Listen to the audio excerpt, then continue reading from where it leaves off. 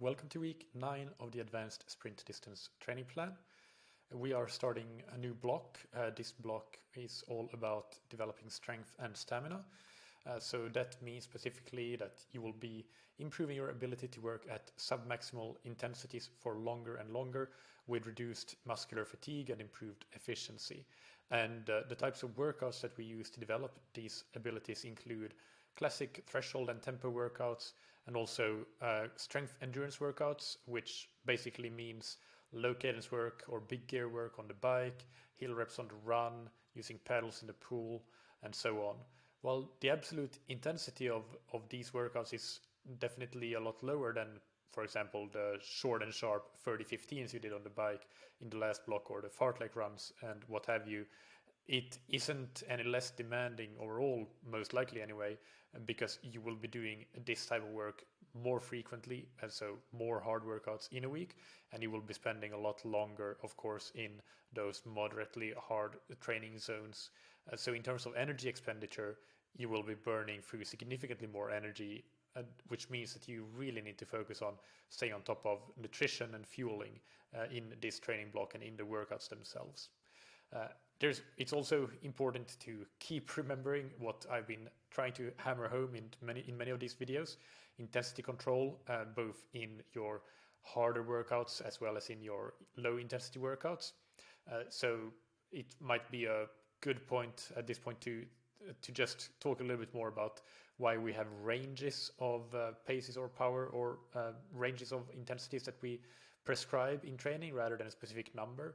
So for example, let's say we have an endurance ride, and the range of the prescribed range is 60 to 70% of FTP. Then your job is to decide where in that range is best for you to work on the given day. So there is nothing that is inherently better within a given target range. Harder is not better, easier is not better. It's what is right for you and what is right for you on the given day. So that is where you have to be the CEO of your athletic progression, as we have talked about. You decide, you take the executive decision on the day of what will be the best for you.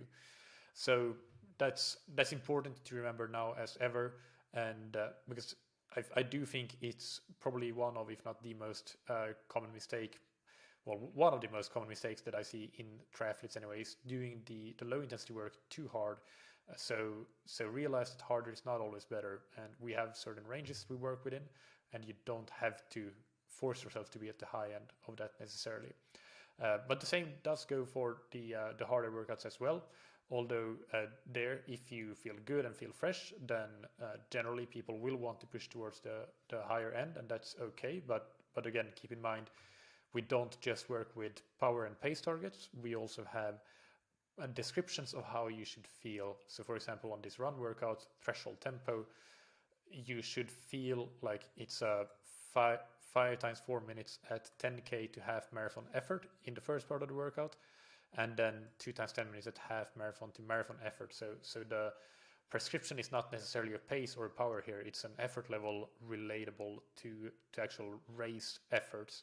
And that is important to keep in mind, even though in the workout builder you will have a certain range of paces, but that is less important than the actual perceived intensity in terms of races.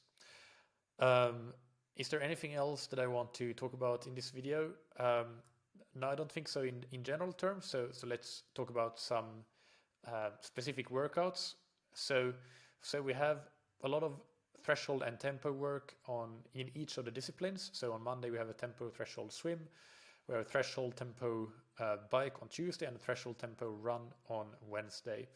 In the pool, the reason that we start with the tempo work, and so we go from easier to harder, the reason for that is that it's easier and more likely that you will maintain good form throughout the workout than if we start harder and then try to go longer and easier later. So this is a classic set, a 10 times 300 descending set. Well, you can read the details for yourself when you look at the workout, but basically you will be going harder and harder and finishing off at basically threshold effort. So yeah, T pace plus 2 is a guideline there, and that will feel hard when you get to the end after having already done 9 times 300 of solid work. In the bike and the run, we work the other way around. So we work with harder first, and the reason there is that, well, technique is not as important as in swimming. So we kind of work on fatiguing you a little bit first with the harder and more demanding threshold work, and then we do work that is longer in duration but a bit lower in intensity to really build fatigue resistance and stamina. So yeah, you do the hard work fresh, and the easy work, or not easy, the slightly more moderate work you do as kind of a fatigue resistance element in addition to the general strength and stamina work. So on the bike, 6 times 4 minutes at close to FTP, and then 3 times 8 minutes at more of a tempo to sweet spot effort, 80 to 90% of FTP. So fairly large ranges, and again, it's your job there to decide where is it right for you to be in each of those prescribed ranges. On the run, we already saw a 5 times 4 minutes 10K to half marathon effort. Keep in mind that you only have 1 minute recoveries, so then don't start out too hard. And then 2 times 10 minutes at half marathon to marathon effort, and again pretty short recoveries with 2 minute recoveries. Then we have strength endurance work. On the bike, we do a longer ride as a strength endurance ride on Saturday. So again, it's a bit similar in structure in that you start with work at close to threshold and shorter intervals, but at low RPM, so 50 to 60 RPM as your cadence, and 90-95% of FTP. Then some endurance work in between, and then some 5-minute intervals at 85 to 90%, still 50 to 60 RPM, and then finally 15 minutes at 80 to 85%. I think that this might be yeah, it is definitely a typo here. This should be 50 to 60 RPM. So sorry, this happens, and I will correct this right away, because this should be 50 to 60. There we go. Yeah, good thing that I'm doing these videos. Then I notice these these errors sometimes.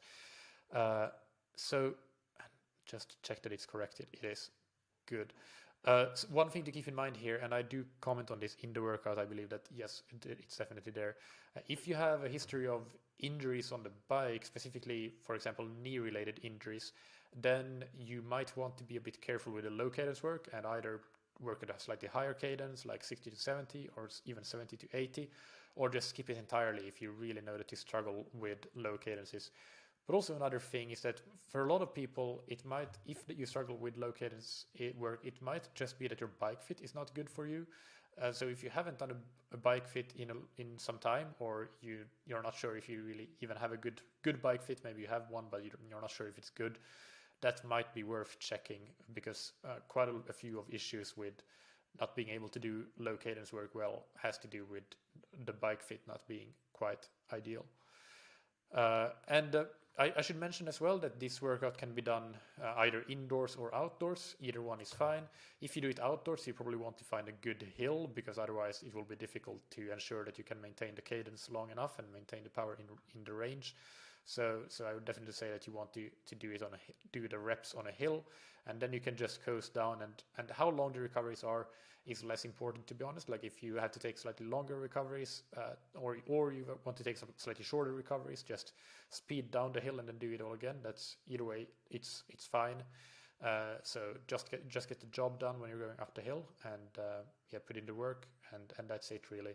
So that's equal. It's definitely, I mean, if you have the option of doing it outdoors, it's probably more fun and engaging to do that. So don't shy away from doing that. Don't think that you have to do it indoors on the trainer. That's definitely not the case with any of the bike workouts in the plan. As long as you have the terrain, you're always, or the general possibility of doing a bike workout outdoors, then I'm all for it. So go ahead with that.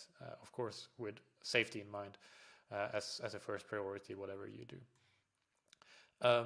We have a brick run, the first brick run of the plan after that, but it's just an endurance run, just 20 minutes. But it's good to start, especially for the sprint distance. It's kind of more important to do a bit more brick running than for other disciplines, I think, because you want to straight away feel good on the run when you get off the bike, because you don't have a lot of time where you can make up for maybe not feeling great in the first kilometer. Then that's already 20% of the race. But this, yeah, just endurance work off the bike, but it's a good to start doing that early enough and get that familiarity going.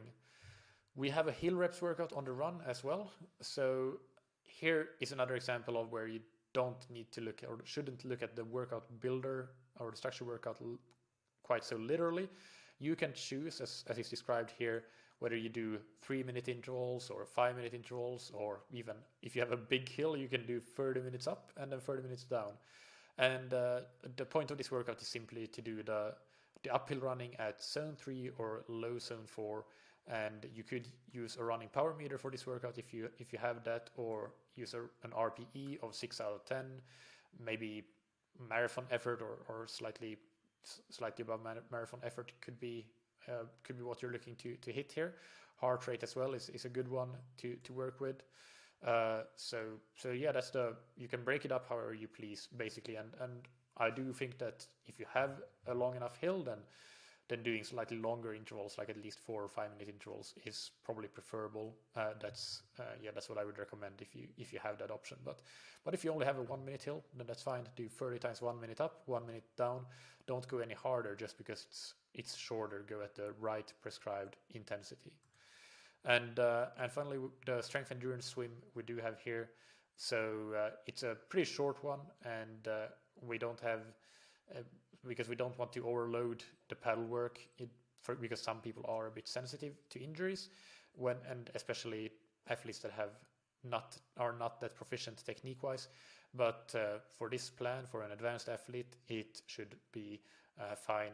But yeah, I guess it's worth mentioning and pointing out here that just like with the bike, the low cadence work, if you have a history of shoulder injuries in swimming and you know that you easily get shoulder injuries from paddle work, then maybe skip the paddle work and just do this as an endurance swim. You can use a pull buoy, you can use the fins as prescribed, but skip the paddles if you know that tends to hurt you a bit. So yeah, those are the key workouts that I wanted to discuss a little bit more. Other than that, everything should be pretty familiar by now, so I'm not going to go into too much detail. I hope you enjoy this week, and I'll talk to you next week.